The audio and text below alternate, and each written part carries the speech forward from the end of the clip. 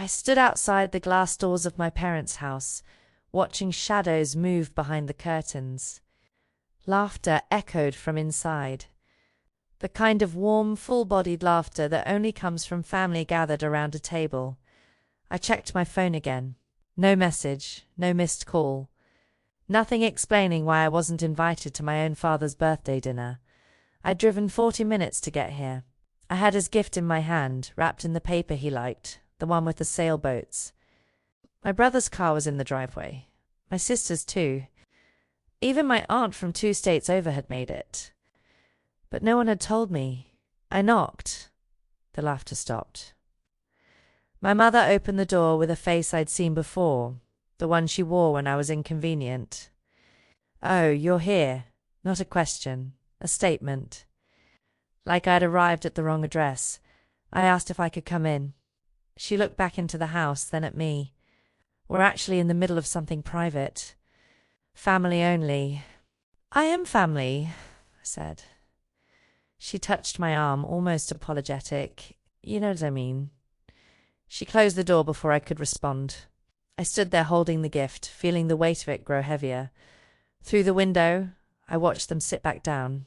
My father cut his cake. My brother poured wine. No one looked toward the door.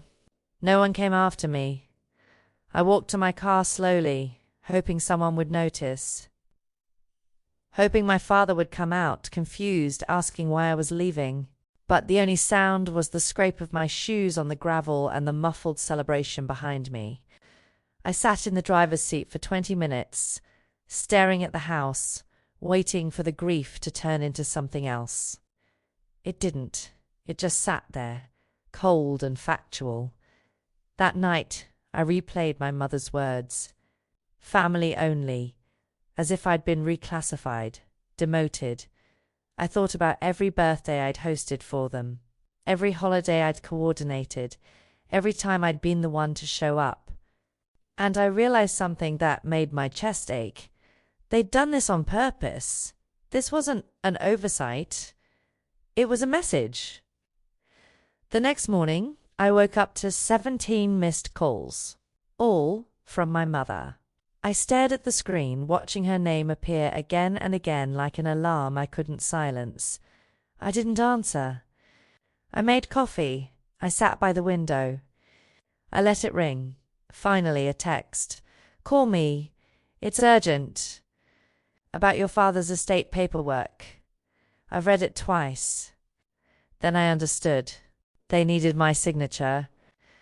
My father had updated his will years ago, and I was still listed as co-executor.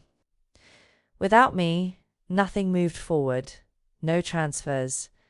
No distributions. Nothing.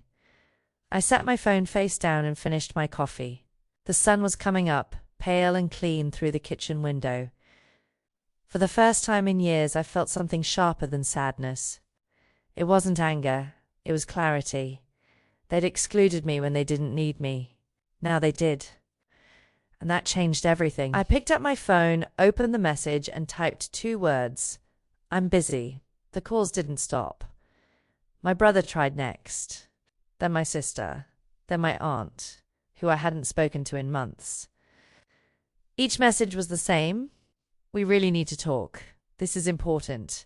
Don't make this harder than it has to be." I answered none of them. I went to work. I went to the gym. I watered my plants. I lived my life as if they'd never existed. At night, I sat with the memory of that closed door. I replayed my mother's face, the way she'd looked at me like I was a stranger asking for directions. I thought about all the times I'd bent myself into shapes to fit their expectations. The family dinners I'd hosted when I was exhausted. The money I'd lent that was never repaid. The apologies I'd made for things I didn't do. And I realized I'd been the one holding us together. I was the glue they didn't appreciate until it was gone. Now they were falling apart, and they wanted me to fix it. But I wasn't their emergency contact anymore. I wasn't their solution. A week passed. My mother showed up at my apartment. I watched her through the peephole, pacing in the hallway, clutching her purse like a shield. She knocked. I didn't move. She knocked again, harder this time. "I know you're in there," she called. "We need to settle this. Your father wanted this done quickly." I leaned against the door, my hand flat against the wood.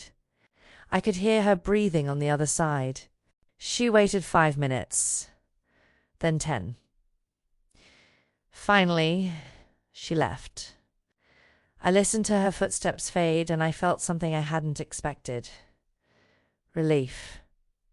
For the first time, I wasn't the one chasing them. I wasn't the one begging to be seen. That night, I pulled out the estate documents. I read every page. I was indeed co-executor, which meant I had equal authority over every decision. Without my signature, the process stalled. Without my cooperation, they had no access to the assets my father had left. I wasn't being vindictive. I was simply doing what they'd taught me, putting myself first. My sister sent a long email. It was the kind of message that pretended to be heartfelt, but was really just manipulation dressed up in family language. She wrote about unity and what Dad would have wanted and letting go of grudges. She didn't mention the birthday dinner. She didn't apologize. She just wanted me to sign. I drafted a reply, then deleted it, then drafted another. Finally, I wrote 3 sentences. "I'm still processing what happened. I need time. I'll let you know when I'm ready." I didn't send it right away. I let it sit in my drafts for 2 days, imagining her refreshing her inbox, waiting, wondering. When I finally sent it, I turned off my phone. I took myself to dinner, alone, at the restaurant by the water. I ordered my favorite wine and the steak I never let myself get. I sat by the window and watched the boats come in as the sun set. And for the first time in months, I felt like I was someone worth celebrating. 3 weeks later, my mother called from my father's lawyer's office. I answered. Her voice was tight, controlled, but I could hear the panic underneath. "We're all here. We've been waiting for you. You said you'd come." I hadn't said that. I'd said I'd let them know, but I didn't correct her. I let the silence stretch. "I'm not coming," I said. "I've decided to step down as co-executor." There was a pause so long I thought the call had dropped. Then my mother's voice, sharp now. "You can't do that. You'd be abandoning your father's wishes." I almost laughed. "Like you abandoned me at his birthday dinner." Another silence. This one heavier. My brother grabbed the phone. "This is ridiculous. You're being petty. Just come sign the papers so we can move on." I took a breath. "I'll sign," I said. "But I'm doing it through my own attorney. And I'm requesting a full audit of the estate first. Every account, every transaction, every expense since Dad passed. It's my right as co-executor." The call ended abruptly. I sat in my car outside the coffee shop, feeling my hands shake. Not from fear, from power. I'd spent so long being the one who gave in, who smoothed things over, who made myself smaller so they'd be comfortable. Not anymore. 2 days later, my attorney sent the formal request. The audit would take months. Every distribution was frozen until it was complete. My family couldn't touch a single asset without my approval. I wasn't doing it to hurt them. I was doing it because I deserved to know the truth, and because they needed to understand that I wasn't their convenience anymore. My sister sent one final text. "I hope you're happy." I read it twice. Then I blocked her number. I wasn't happy, but I was something better. I was free. Free from the belief that I owed them my pain. Free from the idea that family meant swallowing disrespect. Free from the version of myself who stood outside that door waiting to be let in. Months later, I received the final estate documents. The audit had uncovered discrepancies, small but significant.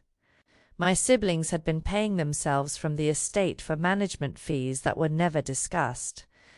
My attorney handled it quietly, professionally. I signed the corrected papers and closed that chapter. I never went back to my parents' house. I didn't attend the family gatherings I used to organize.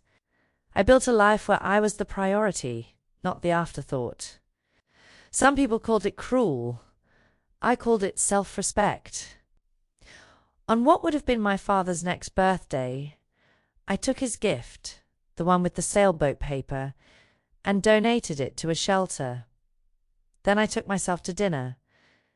I sat at a table set for one, ordered the good wine, and raised a glass to the woman I'd become, the one who knew her worth, the one who walked away from the table when she wasn't welcomed, the one who finally understood you can't be excluded from somewhere you're no longer trying to enter.